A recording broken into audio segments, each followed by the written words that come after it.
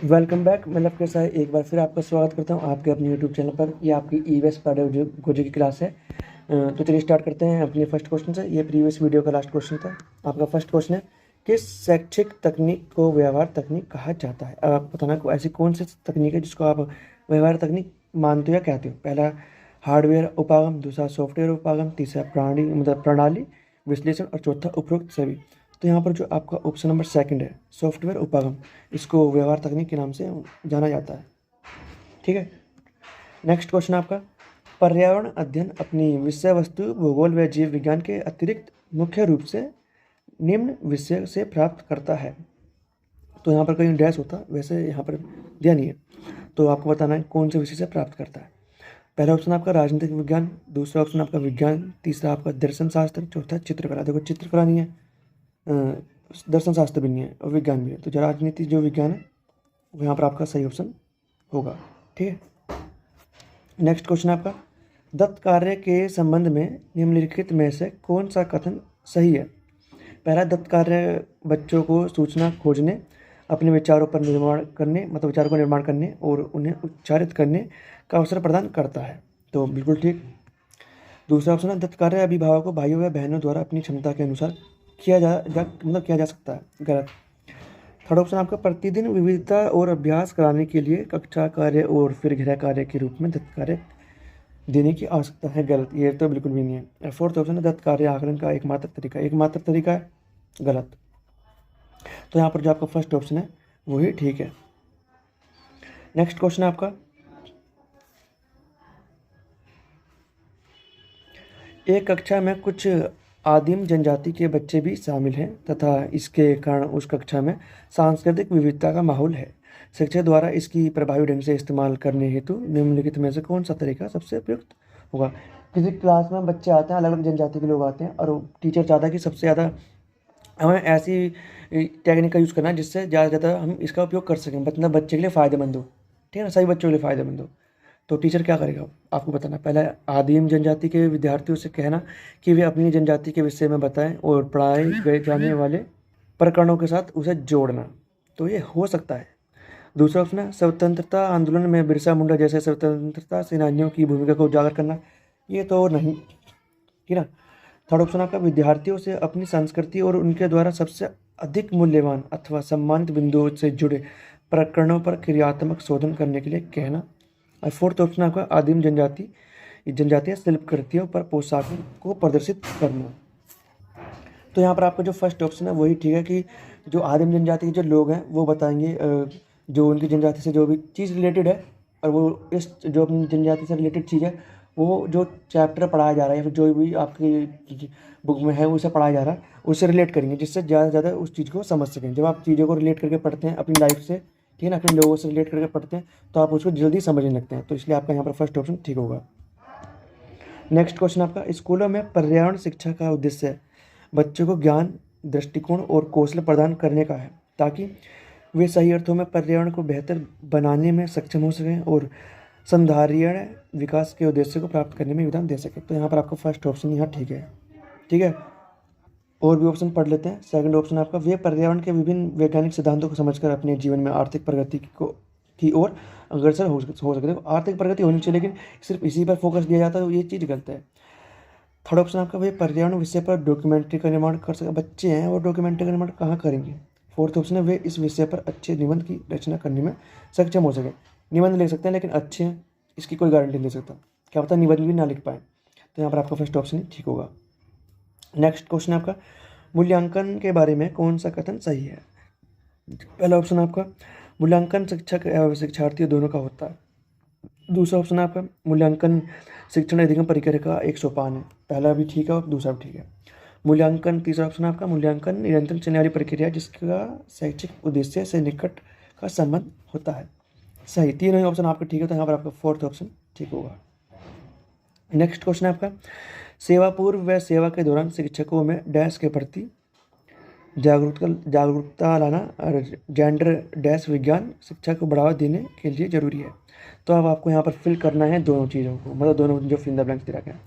तो पहले में क्या आएगा, दूसरे में क्या आएगा, आपको बताना है। दूसरा ऑप्शन आपका जेंडर पूर्वाग्रह मुक्त, तीसरा ऑप्शन आपका प्रयोगों और प्रयोग मुक्त फोर्थ है आपका प्रयोगों और प्रयोग मुक्त युक्त मतलब। तो यहाँ पर जो आपका ऑप्शन नंबर सेकंड है, सेवा पूर्व व सेवा के दौरान शिक्षकों में जेंडर के प्रति जागरूकता लाना और जेंडर पूर्वाग्रह मुक्त विज्ञान शिक्षा को बढ़ावा देने के लिए जरूरी है। मतलब पूर्वाग्रह से मुक्त होनी चाहिए जो जेंडर से रिलेटेड जो भी चीज़ें, ठीक है ना, कि लड़कियों को ये करना चाहिए या लड़कों को ये करना चाहिए, मतलब बहुत सारी चीज़ें, ठीक है। तो यहाँ पर आपका सेकंड ऑप्शन ठीक होगा। नेक्स्ट क्वेश्चन आपका थोड़ा बड़ा है, निम्नलिखित में से कौन सा शिक्षण की आगमन विधि का दोष नहीं है। अब आगमन विधि का 3 दोष है, इसमें एक दोष नहीं है, ठीक है। तो आपको बताना कौन सा दोष नहीं है। पहला ऑप्शन है, यह विधि छोटे बालकों के लिए उपयुक्त नहीं है, इनका प्रयोग केवल बड़े और वह भी बुद्धिमान बालक ही कर सकते हैं। तो दोष नहीं है, पहला तो दोष है, ठीक है ना, दोष नहीं है, मतलब पहले 3 दोष हैं, तो पहला दोष तो ये रहा। दूसरा ऑप्शन आपका, आगमन विधि द्वारा सीखते हुए यदि बालक किसी अशुद्ध सामान्य नियम की ओर पहुंच जाए तो उन्हें सत्य की ओर ले जाने में मतलब अधिक कठिनाइयों का सामना करना पड़ता है। ये भी दोष है कि बच्चा कोई सामान्य नियम बना लिया बच्चे ने किसी चीज़ को लेकर, और वो उसको मतलब गलत नियम बना लिया बच्चे ने, कोई सामान्य नियम बनाया और उसको उन्होंने गलत बना दिया, तो उसको ठीक करने में बहुत टाइम लगता है। थर्ड ऑप्शन आपका, तो ये भी दोष है। थर्ड ऑप्शन आपका, इस विधि द्वारा प्राप्त किया हुआ ज्ञान स्वयं बालकों का खोजा हुआ ज्ञान होता है। बिल्कुल ठीक, बच्चे देखते हैं ना कि हाँ एक सेब में कीड़ा निकल आया तो छेद है उसमें, तो और सेब में भी जो अगर हमें अगला सेब मिलता है या फिर और सेब ऐसे मिलते हैं, कोई फ्रूट मिलता है जिसमें जो काला पड़ रहा है उसमें छेद है, तो उसमें कीड़ा होने की संभावना है। तो इस तरीके से आगमन विधि काम करती है, ठीक है। उदाहरण ले लेकर वो रूल क्रिएट करता है इस चीज़, तो खोज खुद कर रहा है, उदाहरण दे रहा है तो खोज खुद ही कर रहा है, तो ठीक है। और अतः ऐसा ज्ञान उसके मस्तिष्क का स्थायी अंग बन जाता। तो ये देखो इसका दोष नहीं है, उसने बोला दोष नहीं है, तो आपका थर्ड ऑप्शन ठीक होगा यहाँ पर। पहला दूसरा गलत है और आपका फोर्थ ऑप्शन भी गलत होगा, तो आपका थर्ड ऑप्शन ठीक है यहाँ पर। नेक्स्ट क्वेश्चन आपका, पर्यावरण अध्ययन के शिक्षण में मूल्यांकन का उद्देश्य क्या है, नहीं क्या होना, मतलब क्या होना चाहिए, नहीं क्या होना चाहिए। पहला, मूल्यांकन का उद्देश्य क्या होना चाहिए पर्यावरण के अंदर, आपको बताना है। पहला ऑप्शन आपका, छात्रों के पर्यावरण अध्ययन के सिद्धांतों की, ये ऑप्शन आधा लिखा हुआ है। नेक्स्ट ऑप्शन आपका, छात्रों के पर्यावरण अध्ययन के व्यवहारिक जानकारी का परीक्षण, ज्ञान का परीक्षण। दूसरा थर्ड ऑप्शन आपका, छात्रों के विज्ञान में रुचि का परीक्षण, गलत। फोर्थ है, उपरोक्त में से कोई नहीं। तो यहाँ पर आपका पहला ऑप्शन तो पूरा नहीं है, पता नहीं क्या होगा, तो हमसे गलत मान लेते हैं। और जो आपका सही ऑप्शन बैठ रहा है वो, छात्रों के पर्यावरण अध्ययन के व्यवहारिक जानकारी का परीक्षण, ज्ञान का परीक्षण। सेकंड ऑप्शन आपका ठीक होगा यहाँ पर। नेक्स्ट क्वेश्चन आपका, प्राथमिक स्तर पर पर्यावरण अध्ययन की पाठ्यचर्या के संबंध में निम्नलिखित में से कौन सा कथन सत्य है। प्राथमिक स्तर पर बताना आपका कौन सा कथन सत्य है। तो पहला ऑप्शन आपका, प्राथमिक कक्षाओं के लिए प्राकृतिक और सामाजिक पर्यावरण को भाषा और गणित के अविभाज्य अंग के रूप में पढ़ाया जाना चाहिए। बिल्कुल ठीक, अविभाज्य अंग के रूप में पढ़ाया जाना चाहिए, तभी तो फर्स्ट और सेकंड क्लास में पर्यावरण की आपकी जो है किताबें नहीं लगाई गई हैं, ठीक है। उनको मैथ और आपकी जो लैंग्वेज की बुक है हिंदी इंग्लिश, उनके थ्रू ही आपको जो ईवीएस की जो नॉलेज है पर्यावरण अध्ययन की बच्चों को दी जाती है। सेकंड ऑप्शन आपका, इसमें जेंडर संवेदनशीलता को भी स्थान दिया जाना चाहिए, ठीक है। थर्ड ऑप्शन आपका, बच्चों को उन क्रियाओं में संलग्न किया जाना चाहिए जो उनकी प्राकृतिक और सामाजिक पर्यावरण संबंधी समझदारी को बढ़ाने में मदद कर सकें। तो थर्ड ऑप्शन भी आपका ठीक है। यहाँ पर जब तीनों ठीक है तो आपका फोर्थ ऑप्शन ये सभी ठीक है, फोर्थ ऑप्शन आपका ठीक होगा। नेक्स्ट क्वेश्चन आपका, पर्यावरण अध्ययन के किसी शिक्षक के लिए कक्षा में हाल ही में हुई चर्चा के विषय में कौन सा तथ्य सर्वाधिक ध्यान देने योग्य है। तो आपको बताना कौन सा तथ्य सबसे ज़्यादा आप फोकस करोगे जब क्लास में चर्चा हो रही है, बच्चे चर्चा कर रहे हैं। पहला ऑप्शन आपका, शिक्षार्थी सीधे ही अपने सहायक विद्यार्थियों से प्रश्न करने लगे। दूसरा ऑप्शन है आपका, विद्यार्थियों ने अपने सह विद्यार्थियों को बीच ही में टोकना शुरू कर दिया, गलत। बीच में नहीं टोकना, आपको सामने वाले की बात सुननी है चर्चा के समय, ठीक है। थर्ड ऑप्शन आपका, कोई भी विद्यार्थी दूसरे विद्यार्थी से पूर्ण रूपेण सहमत नहीं है। यदि कोई भी विद्यार्थी ना, यहाँ पर मतलब सभी विद्यार्थी की बात कर दी, ये तो गलत है, ठीक है ना कोई विद्यार्थी अपने जो सामने टीम है उसकी किसी ना किसी बात से सहमत होगा। थर्ड ऑप्शन आपका, विद्यार्थियों ने विद्यार्थियों की बात सुनने से बिल्कुल मना कर दिया, गलत। बात आपको सुननी पड़ेगी, चर्चा का ये तो रूल है, आप सामने वाले की बात सुनोगे और यदि आपको गलत लगती है तो आप गलत बताओगे और उसके गलत के तर्क में आप तर्क भी दोगे क्योंकि इसलिए गलत है। तो यहाँ पर जो फर्स्ट ऑप्शन आपका वो ठीक है। नेक्स्ट क्वेश्चन आपका, सांस्कृतिक कार्यक्रमों के आयोजन को पाठ्य सहगामी कार्यकलाप को किस प्रकार के अंतर्गत रखा जा सकता है? पहला ऑप्शन आपका समाज कल्याण संबंधी कार्यक्रम के अंतर्गत रखोगे, दूसरा है नागरिक विकास कार्यकलाप के अंदर रखोगे, या फिर तीसरा सांस्कृतिक विकास कार्यकलाप के अंदर रखोगे, या फोर्थ। तो सांस्कृतिक जो कार्यक्रम है उनका जो आयोजन है आप वो कौन सा कार्यकलापों के अंदर रखोगे? इन तीनों के अंदर रखोगे, ठीक है। तो ये तीनों ही इंपॉर्टेंट है और आपका जो फोर्थ ऑप्शन है इसलिए ठीक, फोर्थ ऑप्शन ठीक होगा। नेक्स्ट क्वेश्चन आपका, निम्नलिखित में से कौन सा कथन सत्य है? अब आपको बताना कौन सा कथन सत्य है। पहला, वर्ष 1977 में ईश्वर भाई पटेल की वर्ष अध्यक्षता में एक रिव्यू समिति गठित की गई थी। दूसरा ऑप्शन आपका, राष्ट्रीय शिक्षा नीति वर्ष 1986 में आई थी। और थर्ड ऑप्शन आपका NCF वर्ष 1998 में आई थी।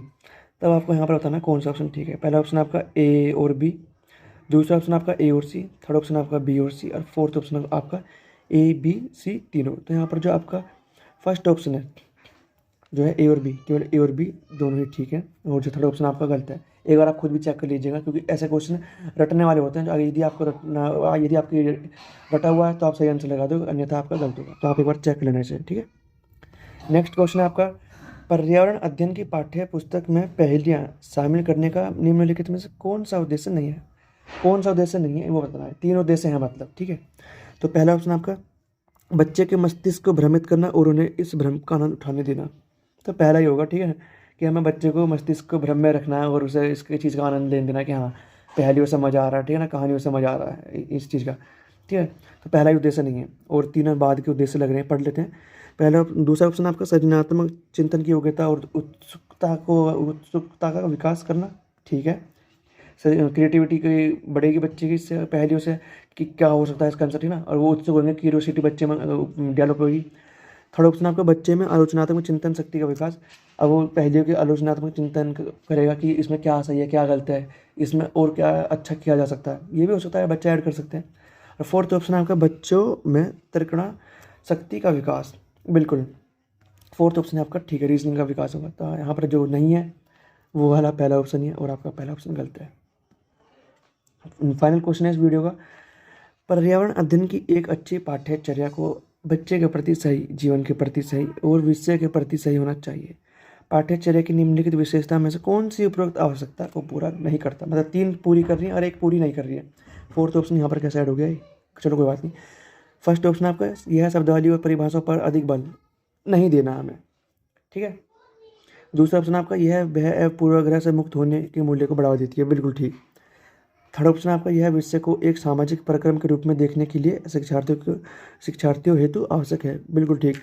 आज इस वीडियो में हमने आपके EVS पेडागोजी के 10 से 15 क्वेश्चन करे हैं। यदि आप किसी भी टीचिंग एग्जाम की तैयारी कर रहे हैं जिसमें EVS पेडागोजी से क्वेश्चन आते हैं तो हमारे चैनल को सब्सक्राइब करें, ताकि आप उस पर्टिकुलर एग्जाम में, खासकर EVS पेडागोजी में ज़्यादा से ज़्यादा स्कोर कर सकें। इसके साथ साथ मैं आपके इसी चैनल पर हिंदी पेडागोजी और आपके CDP के भी वीडियोस अपलोड कर रहा हूँ। यदि आपने वो नहीं देखे तो उन्हें जरूर जाकर देखें, ताकि आप जो आने वाला CTET है जो आपका दिसंबर में हो सकता है या फिर जनवरी में हो सकता है, उसमें ज़्यादा से ज़्यादा स्कोर कर सकें। तो चलिए मिलते हैं नेक्स्ट वीडियो में।